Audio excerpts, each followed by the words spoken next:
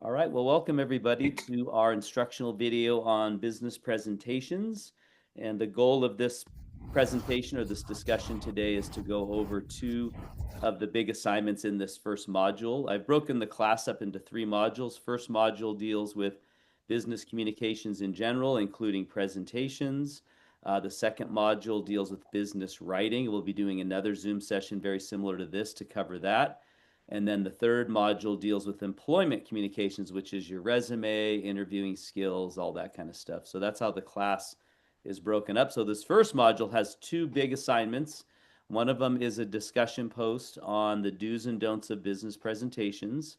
And the idea here, as I'll explain in a minute, is you're just to kind of think of presentations that you've witnessed or watched, or maybe Portrayed ourselves. other students have done, and then think of what did they do good, what did they do bad, that kind of thing, and then you're to create an initial post, and then you're to look at what other students have put on their lists, and then you're to refine your list, and then the last week that the assignment is going on, you turn in your final list, and that I'll explain that in more detail in a minute. But that's the first assignment. The other assignment is you're actually going to be preparing and presenting a PowerPoint presentation of your 4 life significant events. So those are the two big assignments, and I'm going to be going over both of those in this little video here that we're going to do. So I'm going to stop sharing my screen. I'm going to go Excuse me, ahead sir. and share our class in Canvas. So here it is. And if you could all mute your volume, that'd be great. And then when you have a question, raise your hand. There's a little feature at the bottom that says you can raise your hand. It's reactions, and you should be able to select that and raise your hand. Then I'll know you have a question, so I can stop what I'm doing and answer your question. And yes, Ulysses, you have a question. I was trying to ask, when we do the to-do list, is that a slide or is that like just a regular list? It's just in Word, like a Word document or something like that. Okay, And I'll okay. show you that.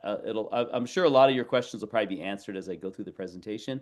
So, because I'm going to explain both of those assignments in detail. So here we are. If you look, I'm on in our class. I went ahead. This is our class homepage. Can you see that on my screen right now? Can you see the business communications spring 26? Yes, just nod your heads if you do. Okay, thank you. All right, and then if we come down here to module number one, that's where we're at still. This is our second week in module number one, and that brings us right here, week two. So we have the Zoom session. That's what we're doing right now. And if you scroll down, there's two assignments. There's the start discussion post number one, and then there's the individual presentation assignment. So I'm going to start with the individual presentation assignment, and I'm going to go through that whole thing because a lot of what I will show you, I'll then reiterate in the list of the do's and don'ts. So it'll kind of be like I'm going to show you, and then I'm going to kind of go back and explain what I showed you, if that makes sense. So, but these are two big assignments. Again, you have until March 8th to get both of them done.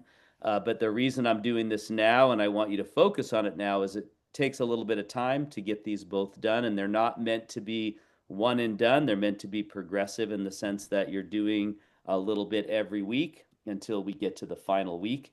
And if you notice, if you look down, there's really not much happening other than a check-in assignment and a quiz each week. That's because you're working on these big assignments. So let's start with the individual presentation. I'm going to click that.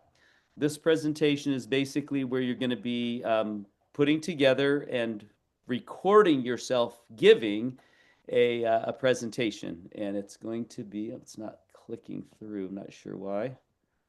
I have, there we go. Huh, I'm having computer issues too. All right, we'll give it a second to open. It's opening. But this presentation is you're going to be basically preparing a PowerPoint presentation to share with the rest of the class 4 significant life events that you have experienced. And you're going to be preparing the PowerPoint slides, and then you're going to be recording yourself giving the presentation. And then you're going to upload that recorded presentation to the assignment instructions. Yes, Ulysses, you have a question. You have to unmute. Sorry.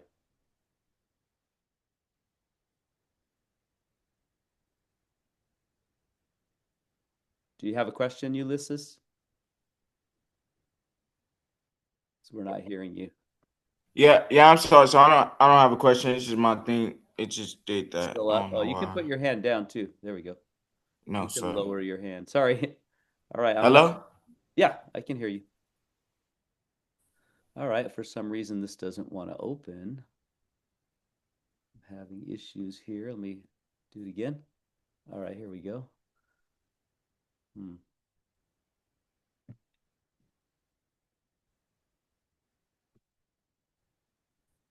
All right, you should be able to see my screen now when it comes to the presentation. So this is the assignment.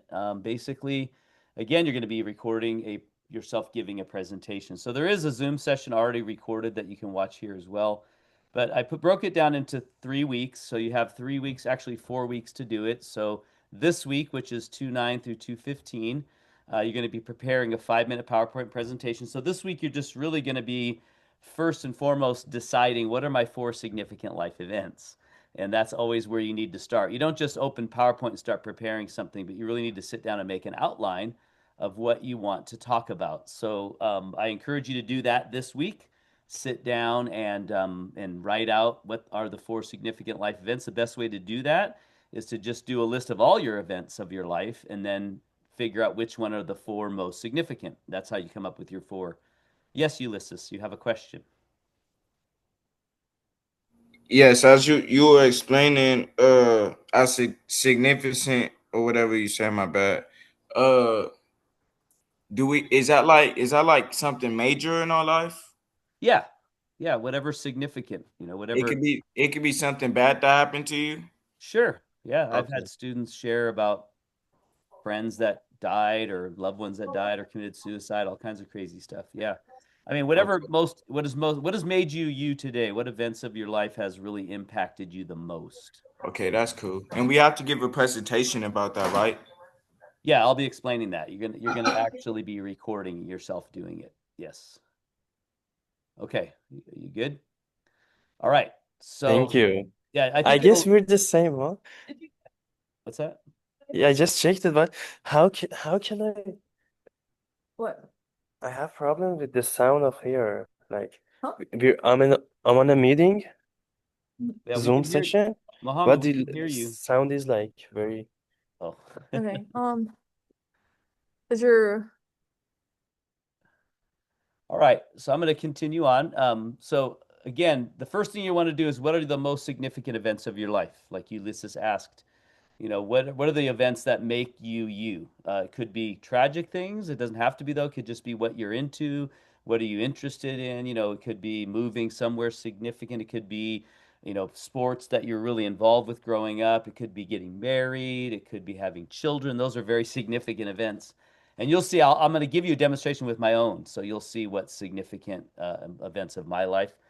So what you're going to do week 1 is to come up with your list, and then you might want to figure out what do I want to say about each of those 4 significant events. So you basically would have an outline of your 4 events, and then under each of the events, you'd make a list of kind of what would you talk about in that particular event. So if it's getting married, you might talk about how you met your spouse. You might talk about how you when you got married, kind of the arrangements and circumstances surrounding that, and what your life has been like after you've been married, etc. So that would be kind of what you would do for one of the slides.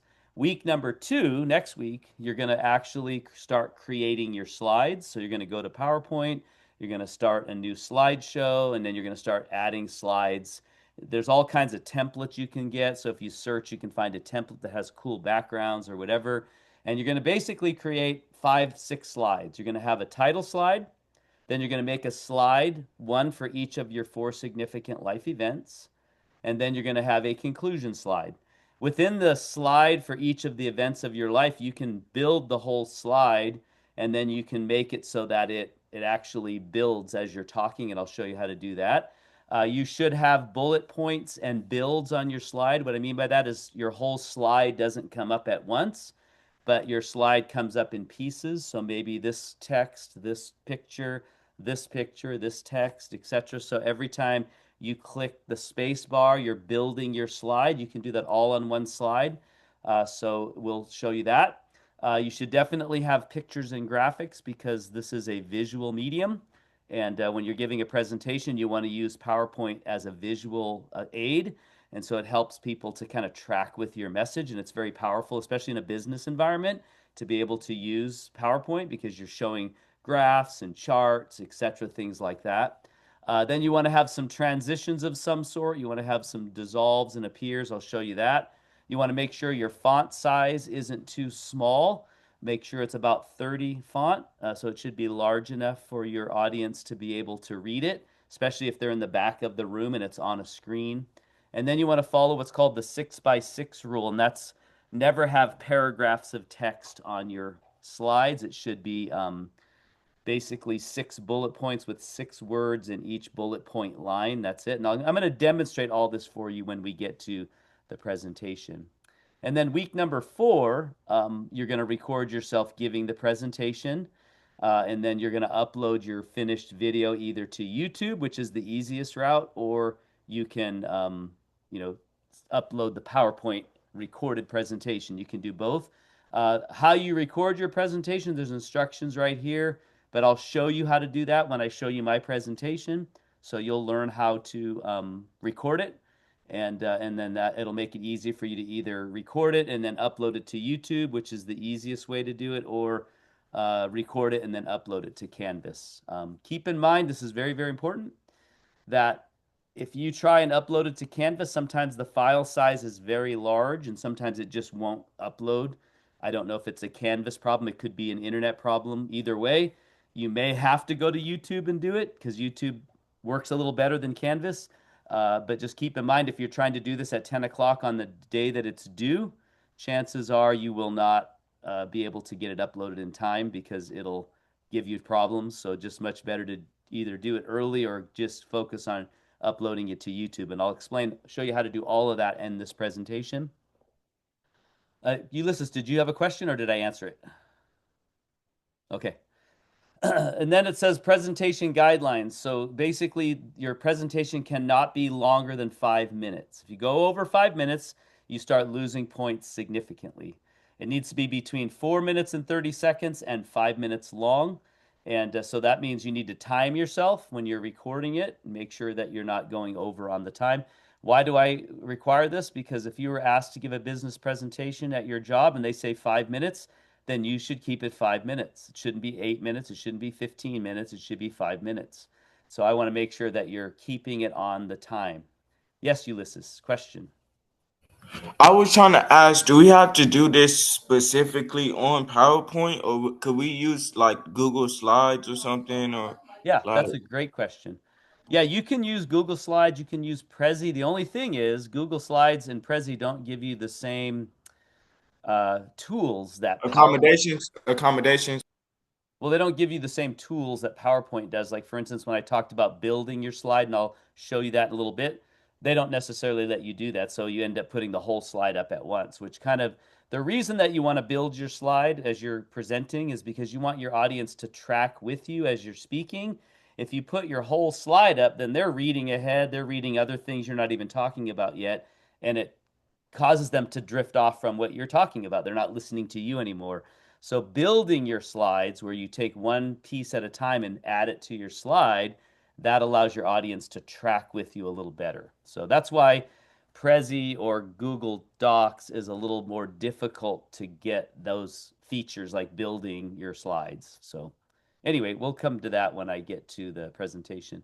And then you're going to be graded not on the content. So your story is your story, and I love all of your stories, but you will be graded on how you present and the quality of your slides, how you laid them out, what they look like, whether they're professional or not. You don't have to worry about being nervous because you won't get marked down for any of that kind of stuff, but you will be marked down for going over on time, and you will be marked down for not following the rules that we're going to be covering about giving a presentation. So let me go. So saying all that, there is a rubric down here. You have your present. You're going to be graded on your presentation skills. So how clear were you? How organized were you? What choice of words did you use? Your eye contact to the audience, and then any other things. And then you're also going to be graded on your slides. So how they look, how organized and structured they are. Are they readable? Is your font too small? I can't read it. Is there any typos, things like that? Does it flow well from one to the next? Is there any quality issues, etc.? So those are what I grade you on. and it's up to 100 points. And then you're also required to comment on two other students' presentations, so you will lose 10 points if you don't do that. Just to let you know. Okay, so let me go to anybody have any questions thus far? Yes, Paris. So, will we be responding to the other classmates after the due date, or do Correct. you want it done like before No, after the the due due date, date. like everything together? Yeah, so Okay. once you've Okay, submitted perfect. That your works. presentation, I won't grade yours after you presented or submitted it until you've commented on others. So the Okay. first step is submit yours. Then you actually have till the end of the semester to comment on others. The only issue is I won't grade yours until you do. So if you want to get a grade right away, then comment on others right away. Yeah. Does that make Okay. sense? And then it would be available, like, say if they upload it on Canvas, it'd be on Canvas, and if not, it'd be a link to their YouTube if they upload it on YouTube. Correct. Yep. Okay, perfect. The Thank you. YouTube is just cleaner because you won't have any issues uploading it to YouTube. And then once you get to YouTube, it creates a link for you. And then you just copy and paste the link into your assignment submittal and you're done, you know. And then it's easier for me to view them because I can actually view them in Canvas. Whereas if you upload a PowerPoint, it actually you have to leave Canvas, go to PowerPoint, which takes over my whole computer. So I have to like grade it on a separate piece of paper and then I got to go back and add all the notes. So it's a little easier for me in YouTube, but not everybody feels comfortable uploading theirs to YouTube, and I recognize that. So, but there is no issue when it comes to uploading when it goes to YouTube. It just goes quick, and it's easy. So that's why I keep saying it's the easiest way. All right, well, let me show you my presentation. This is one that I've done. Let's see, I don't know which one I've done. I think I have another one already open, so I'm just going to go there. Let me stop sharing this. And here, oh, I didn't put it up yet. Hold on. Okay, there it is. So let me stop that. Let me share again. Here, where's Zoom at? Okay. All right, this one's a few years old, but it's fine. So what I'm gonna do is I'm gonna continue to share. So are you guys seeing a black screen now with some water bubbles on it? Okay. All right, so I'm not going to do my presentation, but what I'm going to do is just kind of step through it and I'll just highlight a few things as I do. And then we'll go back over it in a little more detail. So if I was to start my presentation, I'd say, hello, everybody. My name is Eric Doucette, and I am going to be sharing with you today my 4 significant life events from business communications class at Chaffey College, spring 2026. In no particular order, my 4 significant events are: number 1, getting hitched. Number 2, touring the world. Number 3, on mission. And number 4, down by the river. So let's look at each of these one at a time. The first one is getting hitched. So this is a picture of my wife and I before we got married. We got married in 1986. So that's a long time ago now. We celebrate our 40th wedding anniversary this summer, which is hard to believe that we're 40 years married. That's crazy. We're always one of the last couples on the dance floor at most weddings anymore because hardly anyone stays married 40 years. We got married in 1986, and in 1990 we had my son Andrew, and then in 1995 we had my daughter Miranda. There's a picture of our family, probably about 12 years ago now, where we were together. And then in 2018 we had our first wedding, which my daughter got married, and then in 2021 we had our second wedding. My son got married. And then in 2021, we had our first granddaughter. And then in 2025, we had our second granddaughter. That's our first one. That's our first one. And that's our first one. Of course, I'm a proud grandpa. And then there's our baby. She's a year old now, though, so this is a little outdated. All right, and there's both of them about 8 months ago. Second one is touring the world. So I was in a 80s heavy metal hair band back in the 80s, but we were a Christian hair band, so we went and played all around different places. There's a picture of us. We were kind of a glam rock band, so yeah, we wore makeup and all the rest. There's a picture of us playing. Hairspray was our friend. We used to bouffant our hair up, the 80s rocker style. We performed around LA and mostly in churches and little Christian outreach missions in LA. But interestingly enough, as much as we were only around for about a year, we got mentioned 30 years later on a local licks program that used to be on KLOS. They were talking about local bands of the 80s, and they brought us up, and they were mocking us and making fun of us, but they still brought us up. So we figured, hey, that's, all press is good press, right? So that was my thing. Then thirdly is being on mission for God. So I was an associate pastor at Harvest Church in Riverside for about 10 years. I served there for 10 years in various capacities, and they trained me up and ordained me as an associate pastor. And I served there. That's a big mega church in Riverside with Greg Laurie. I also put together the harvest events that happen at Anaheim Stadium. I did that for about 5 of those years. I got to travel all around the country doing that, which was awesome. And then I left Harvest in 2004 and started a small church out in Grand Terrace, California. And so I've been leading that since. But I really wanted to go back to school and get an education in business. So I did. And I ended up starting to teach business classes in addition to pastoring. And then I ended up getting hired full time at Norco College as a associate professor of business administration. I also teach at Chaffey and Cerritos. The last significant events I called Down by the River. If you ever saw that movie, Brother, Where Art Thou, with George Clooney, it's probably about 20 years old now, but it's a story of these men that get out of prison and they're trying to find some treasure, but really it was all just meant to break out. They were lying about the treasure, but in the middle of the story, Delmer, one of the 3 men that escaped prison, saw some people down by the river getting baptized, and so he went down and he got baptized, and he came out of the water and said, my old man is gone. I'm done living that way. I'm going to start living for the Lord. And so he started to try. The rest of the movie is his struggle trying to live in the new man. But it's kind of my story. I was raised very religious home most of my life. Sex, drugs, and rock and roll were my motto. As long as I wasn't doing all 3 on any one weekend, I was okay with a man upstairs.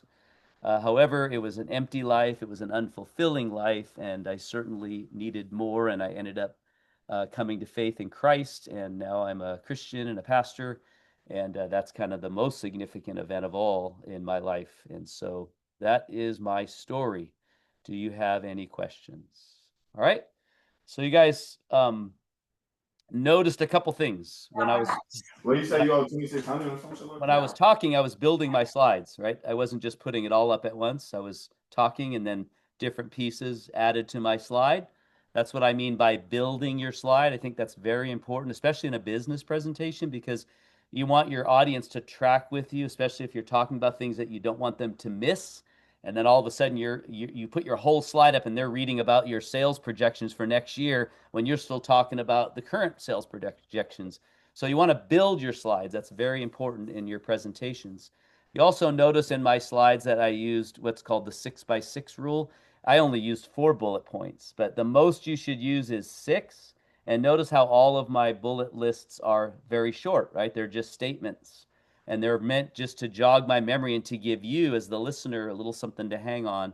They're not meant to be my notes. They're not meant to be something that you sit there and read a full paragraph. This is what we call the 6x6 rule. That is very important. These are the areas most students don't do well, so that's why I'm highlighting them. Builds and 6x6 rule are the 2 most significant things that get missed on the presentations. But those are very important. And I did use pictures and things like that.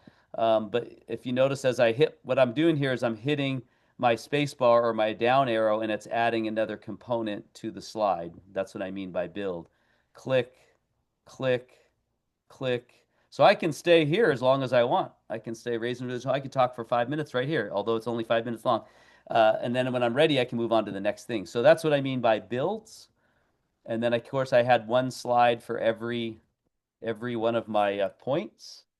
So let me show you over here. This is my slideshow this is the kind of the preparation view. So here, look at my first one. Now this is called, very important, this is another thing that you need to have, is a navigation slide. A navigation slide is basically telling your audience where you're going to go before you do it. So again, in a business presentation, you want to tell your audience what you're going to talk about. That helps them know what's coming. If you just start talking, they're going to go, well, where are we going? What is he going to talk about? They're wondering, especially if you go really long for a long time, like, well, is there any more to this? But if you give them 4 points, 4 things we're going to talk about, then they know, okay, we've already talked about 2. That means we only got 2 left. And so that's very important, to give your audience a roadmap to where you're going to go. And so that's why you should always start with a navigation slide. Navigation is where you're going to go. In your book, it says to tell them what you're going to tell them in a presentation. Number 2, tell them. That's the body of your message. And then tell them what you told them. That really should be your conclusion. And you're more than welcome to bring this slide back up at the end and say, so we talked about being hitched. We talked about touring the world. We talked about being on mission for God. And we talked about being down by the river. Does anyone have any questions? That would actually have been a better thing for me to do, is to add that also at the end. But remember, this is 5 minutes long. So if you do it at the end, give yourself another 30 seconds to do that review, or else you're going to go over on your time. All right, questions? Yes, Ulysses. Yeah, I was trying to see the first slide. The title slide? Okay, I see how you did it. All you do, by the way, when you're doing PowerPoint is it'll give you a blank slide. I'm using a template, but the template has no text on it. So you just come up here, just come up here and you add a text box. You can select text box, or you can select insert table or picture or text box, and then you just add. If I do text box right here, I can just add a text box. Oh, so you added the text box. And then I just typed in my words, and then I moved the text box wherever I wanted it on the screen. So you could add a text box by going to enter. Right here. Insert. Yep, you can insert a picture. You can insert a text box. Okay. So this is the text box feature. And then to go back to this slide, how did I get all these here? Is I went to YouTube and I went to Google. I searched Google and I got a picture for Hitch, touring the world on mission. And then I just, downloaded them, and then I cut and pasted them here. So to insert picture, I just went to pictures. From file, I navigated to wherever I downloaded it at. I clicked it, and then it put it on my page. It might have put it on the page that looked like this. And then I just, moved it to where I wanted it. And then I shrunk it down, to fit the size I wanted. And it'll kind of help you do that a little bit, when you start doing it. And then that gave me the picture. And then I put a text box for hitched. And then I built the whole slide. And then now you might say, well, how do you make that build? If you built the whole slide, it's all one slide. That's where you need to use what's called animations right here. So notice when I clicked that, it put numbers next to my slides. That means this is going to come up first, this is going to come up second, this is going to come up third. But how did I do that? Well, if you go here to navigation plane, it gives you everything in its order. So I'm going to erase all of my navigation on here.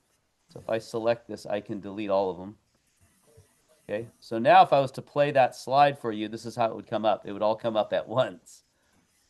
It would all come up at once.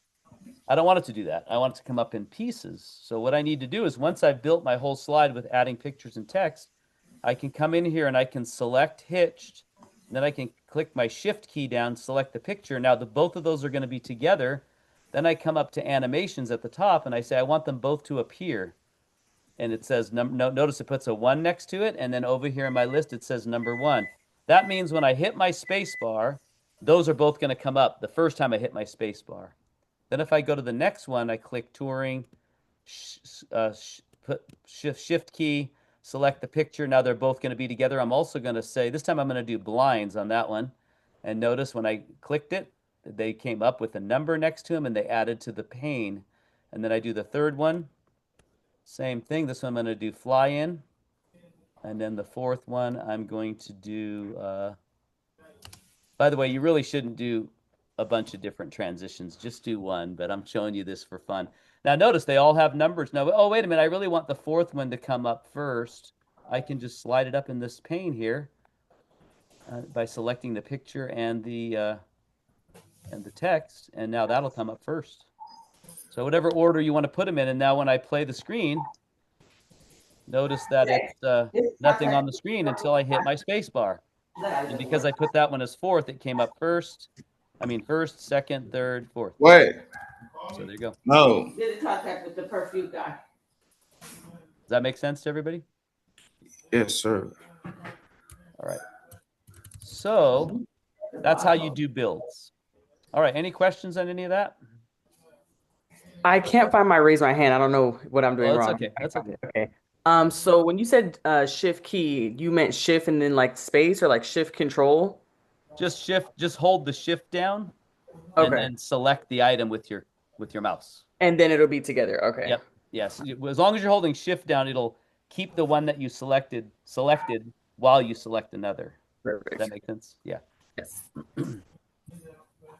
Because if you do them one, if you click one, then click the other without holding shift, then it'll switch to which one's highlighted. Yeah, and that's usually what happens to me. So right now Yeah. I was like, wait, like that's the first time I've seen how to do it together. So thank you. Yeah, if you hold shift key, then you can select as many as you want. You can select all 4 of them if you want, you know. Okay, perfect. All right, and then this one's got a lot of pictures, and obviously I had to move these all out of the way at one point to get them all on here. I recommend don't using so many pictures, but I had to get all the way to where I had the slide, built the slide, and then I added all the pictures, and then I had to put them in order. So it was a little more challenging to do it that way.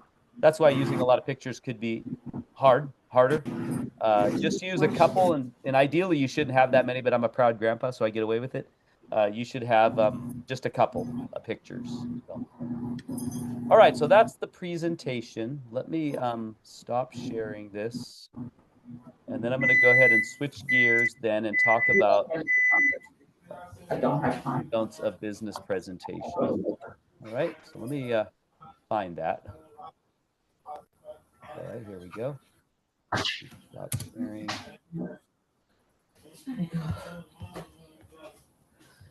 All right, let me share my screen, and then we're going to move to this is the discussion post assignment. In fact, before I do this, let me go back over here. Running out of time here. Let me stop sharing for a second, and let me go back to our class in Canvas. Here it is. All right, I'm going to go back. You guys can see that now, right? I'm going to go out. And Paris, did you have another question, or is that the same question? No, I did have another question. I wanted to know if the significant event is still something that I'm working towards, It could be, sure. like an accomplishment that I'm soon to accomplish. Definitely, yeah. You could say, you know, you're working on your master's degree or whatever your degree. That's a significant. Going to college is a significant event for Yeah, most it is, people, or definitely. whatever it might be. So, Thank you. all right, I'm going to enter the discussion post assignment. That's what this one we're going to basically do is right now, and I want to explain this in detail so that you fully understand that this is not to be a one and done. This week, you're supposed to do an initial list of do's and don'ts. And then next week, your next couple of weeks, you're to review other students' lists and see what they came up with, and then edit your list based off of what you learn from other students. But make sure you comment on other students' list. And then the last week, you're going to do a final list. Okay, and the final list is where you're going to basically label it final list, and then you're going to list your do's and don'ts in that final list. So it's meant to be a multi-part. If you do it all in the same day, you'll lose points for that. Again, the idea is that you're having a discussion. So you're looking at what other students are putting in, you're adding comments to what they're saying, and then you're making your list better. And I'm basically giving you a final list right now. So you are welcome to use mine as the final list and as your initial list, but I'd like to see you add something to it that you learned from other students. That'll make it better. But let me go over my list, and then and by the way, there's some videos here you can watch on presentations, and I have way too many. Don't feel like you have to watch all of them, but just to get an idea. But I will say a couple things. You know, how you dress. I mean, as long as you're dressing appropriate for the scenario, that's all that matters. You don't have to wear business attire or anything like that unless that's what's required. So be careful not to put too much emphasis on those kinds of things and more on, you know, the way that you present as well as the way you use your PowerPoint or presentation software. And those are the two lists that we'll be looking at. So let me move to that next then, and then we'll wrap it up here. So let me go to the do's and don'ts of business presentations. So you should be seeing a blank piece of paper with maybe a few bullet points on it. So I'm going to go through this do's and don'ts. It really needs to be two lists, to be honest. It's a list for presenting do's and don'ts, and then it's a list for your presentation software do's and don'ts. And that's really what I'm looking for. So it's two lists. One list is presentations, the other list is PowerPoint or presentation software. So we'll start with the do's and don'ts of giving a presentation. So first off, when you're giving a presentation is always be prepared. What I mean by that is you should make notes before you actually start making your slides and have it all organized as a paper before you build a presentation on slides. That's what I mean by prepared. So you should have your topic. You should know your 4 significant life events in this case.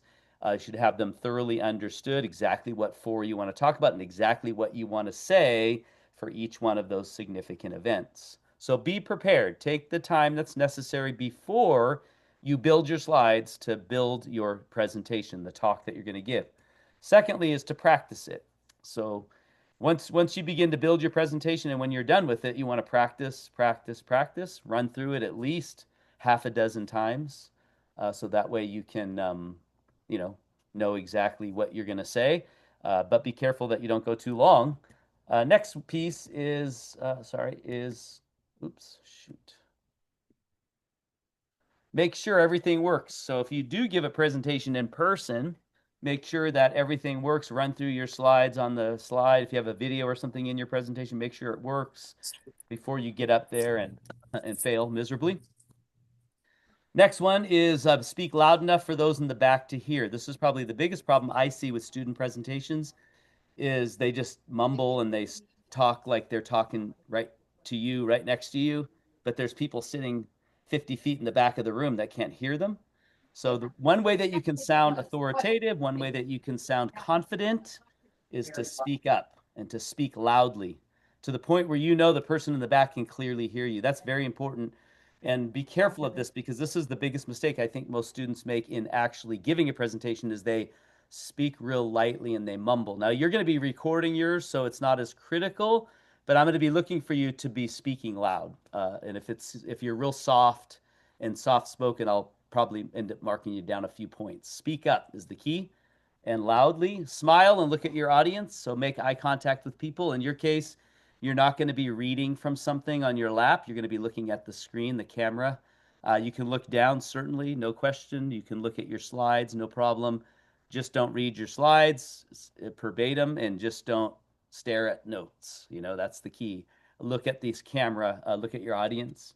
And then you should, in your opening, you should grab your audience's attention. It's always good to tell an interesting story, a compelling statement of some sort.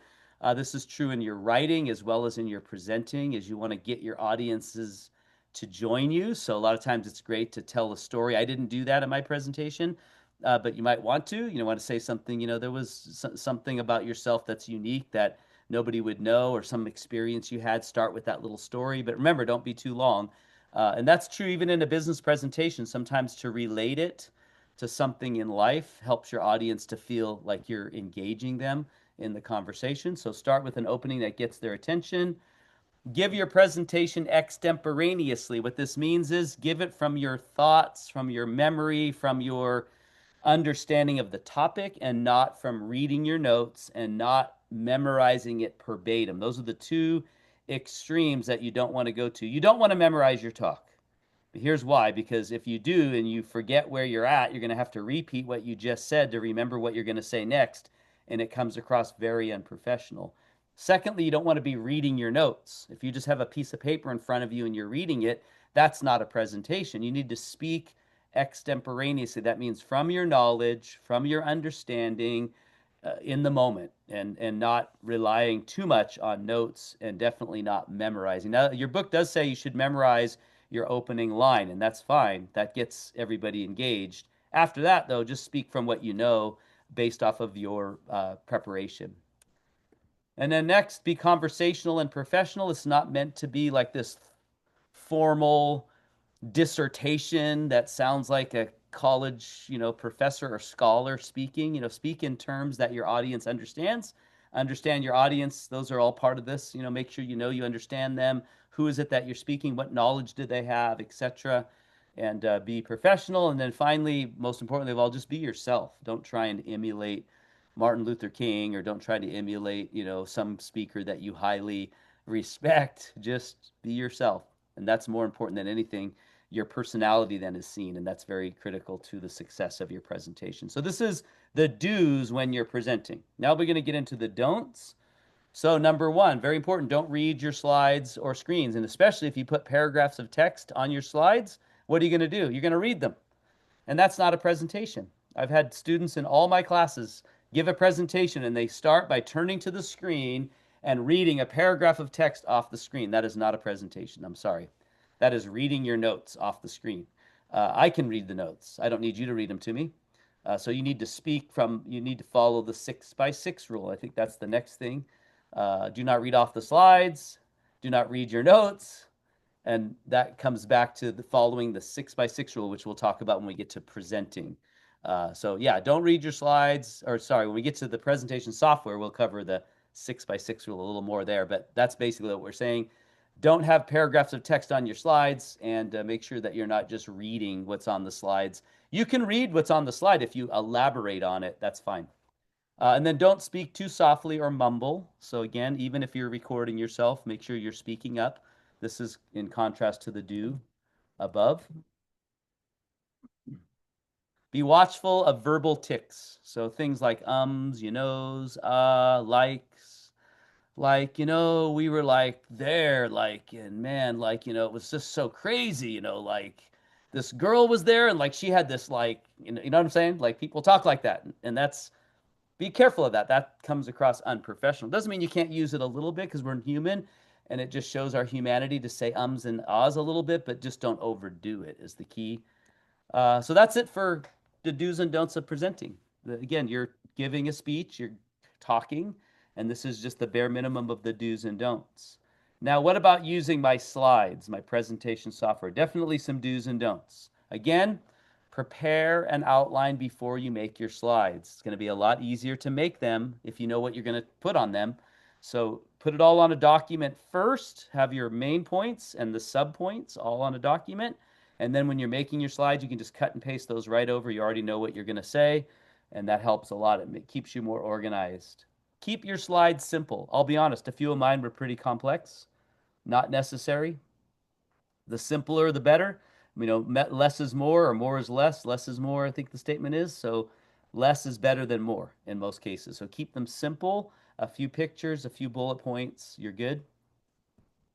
Use colors that are contrasting well. So you don't want to use green and red, light gray background with white text. You want to make sure that it's black and white, dark colors against light colors. So you don't want your background to wash out your images or your text. Make sure that they contrast well. And there's colorblind combinations. So typically black and white are always the best, but you could do a dark blue and a light gray. That works okay. You just got to make sure the contrast is visibly good, especially when we deal with, students who have eyesight issues and things like that, color blindness. You want to make sure anybody in your audience that may have those are accommodated in your presentation, the way you make your slides. Yes, Ulysses. Yeah, what's you said presentation software dues. What did you say was on the first one?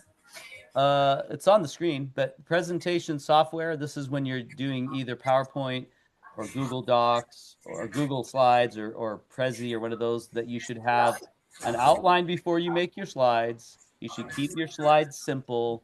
You should use colors that contrast well. You don't want too many different colors that makes it hard to read. And then fourthly, you want pictures and graphics for sure. Again, presentation software is visual. It's a visual medium, so you want to make sure that it's visually appealing by using pictures and graphics. Just don't do too many. I did too many in my presentation, but you shouldn't do that many. Maybe 2 pictures at the most, maybe 3 on a slide. That's it. Then follow the 6x6 rule. What's the 6x6 rule? Anybody? 6. Go ahead. Anybody? The 6 bullet points? Yep. Yes. And 6 words next to each For bullet point. Yeah. Oh, 6 bullet points, 6 words next to each bullet point. Okay. 6x6. Yeah, remember that. That's a big one. All right, make fonts about 30 in your size. Don't make them too small. Then they won't be able to be read by audiences in the back of the room. Use builds. I spent a lot of time using builds, right? I showed you how to do that. Don't put everything up at once on your slide. Just one piece at a time as you're talking. That way your audience tracks with you. Use a navigation slide. Tell them where you're going to go at the very beginning. There's the 4 points we're going to talk about today. 1, 2, 3, 4. That way they know what you're going to talk about. Let's talk about the first one. Let's talk about the second one. Let's talk about the third one. That helps them to navigate with you. And then the don'ts. So that's it for the do's. The don'ts. Don't use your slides as notes. We already said that. Don't have paragraphs of text. Follow the 6x6 rule. You shouldn't have sentences on your slides. There shouldn't be sentences or paragraphs. It should be just a few word phrase. You don't use small fonts. You'll get knocked down for that one. Make sure they're large enough for people to read. Don't have any typos. Obviously, if you have misspelled words or things that are out of alignment like that, it makes you look unprofessional, right? So you want to make sure you've went through your presentation for proofreading. And then just don't have too much going on where you got, transition this and this is flipping away. And I have too many students that like to close out the slide by folding up into a bird and flying away, or the curtains shutting, at the end of the page before they go to the next page. You don't need to do all that, especially in a business presentation. You should keep all of your transitions professional, things like, just appear, or things like appear, or maybe fly in from the side, but not fold up in a page and fly away like a bird. That's not necessary. In my presentation, I don't care, but if you're giving a business presentation, make sure that you don't do things like that. So, all right, that's it. That's the do's and don'ts. If you use this as your base, this is a great starting point for that assignment. It's also a great final list for that assignment. But if you add to it, even better. Yes, Ulysses. You said don't use what type of fonts? Just don't use small fonts. Use Okay. use large fonts. And I was saying don't use transitions that, sometimes when students they're done with a slide and they're ready to go to the next slide, it folds up like a bird and flies away. They don't need to do that. Just move from one slide to the next. Don't use all those fancy, what we call transitions and animations. They're not necessary, especially in a business presentation. So, all right. Any questions beyond that? The use of AI. I don't really know how you could use AI because it's really your significant events. It's your life that you're talking about. So if you want to make up a life that isn't yours, I guess you could use AI to do that. As far as building the slides, I mean, if you can use AI to help you build the slides, I don't have a problem with that. You can probably put your 4 significant events in and say, build me a PowerPoint slide, and it'll build it for you. But just make sure it has all those features in it, that it has builds, that it has 6x6 rule, etc. So yeah. I just want to make sure you understand it. That's all I'm really trying to gain out of this. That when you give your presentation, you know what you're doing. Any other questions? Yes, Professor. So for the continuous update of the do's and don'ts, because I know you want it to be like throughout the course, are we updating a discussion, like putting it straight into the discussion, or do you Yes. want us to continue? Okay. Yeah, you're doing a reply. So at the bottom of the assignment there, it says reply. So then you put your initial list in, and then you can reply to yourself to add your second list later on. You can reply to the main one. It doesn't matter. Either one's fine. Okay. Probably better to just keep with the main one, though, except for when you're commenting on other students. You have to go to theirs and then hit So reply. take my main discussion and then just edit it Yeah, you can do that. Just do a or new reply to myself. Do a new reply at the Okay. when you do your final list, because that way it separates it. Sometimes it puts them together if you reply to your prior one, and then it doesn't look like you turned it in on the last week. It's not a separate post. Also, do a completely new reply versus do a new replying. reply for your initial list and a new reply for your final list. I probably should put this in the instructions. But when you're commenting on other students, you want to reply directly to theirs. Mm-hmm. So we only change our list twice. Yeah, you only it's have not to, like really you only have to do it twice to meet the minimum requirements of the assignment. Yeah. But I could do it weekly, say if I wanted. You could, yeah. To. And you don't need to upload anything on your presentation until the last week. Nothing on your presentation. But this one you should be uploading every week something. So replying, yeah. So perfect. All right. Any other questions, Ulysses? I made a to-do list, but I didn't add everything that you written down. But could I still turn it? Take a screenshot. It's kind of blurry. Is it kind of small? Nah, it's just blurry. I can't see it. I could just hear what you said and I written it down like that, but I can't. Oh yeah, I can see it now. I can see it now. Just take a screenshot of that. How do I take a screenshot? Like with my phone? You could do that, or are you on a Mac or a PC? I'm on a PC. There should be a screenshot button on your keyboard. It should be Yeah. like a print screen or something like that. Oh, shit. Or just take a picture with your phone. That works too. Yeah, let me take a picture of my phone. All right. Any other questions? See my phone? It's Windows S. That's how you take it. Bro, just be quiet. I don't care. You guys all good? What? All right. Well, thank you guys for joining me today. I appreciate it.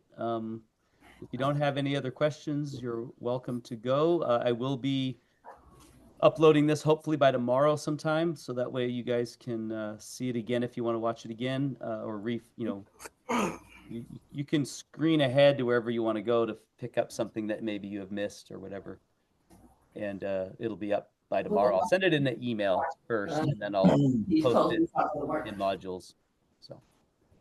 So they can get dry. All right. Well, if you have no questions, you guys are free to go. Have a great day. I did have. Sorry. Okay, go ahead, Chris. It's okay. So, well, I wanted to know. So, That's okay. I'll do it. inside of when you purchased the book, you mentioned uploading an assignment, KSI. That's not this class? No. Yeah. Okay. I'm sorry. I'm sorry. No. Yeah, this one, all I said was to get a textbook. You don't need anything else. Everything's in Canvas, and that there's no outside third-party place you need to go. It's all done right here. So, and you could get a hard copy of the book if you want to. Or you can just use the ebook that's linked to the class. I think it's like $60 for that. Yeah. Okay. Yeah. And do you know by chance if that book is available at the Chaffey College Library? I looked it up online. Maybe it should be. Okay.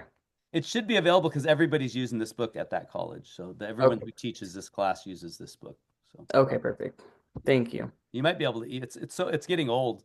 We're going to need to switch it out pretty quick. So you might be able to find it like as a PDF too, but just be careful because there's a lot of viruses that get hooked. Definitely. Okay. Thank you so much, Professor. I really welcome. Yeah. All right. Have a good one, everybody. I have another meeting to go to. Okay. Have a good day. Thank you guys for your time. Excuse me, sir. Yeah.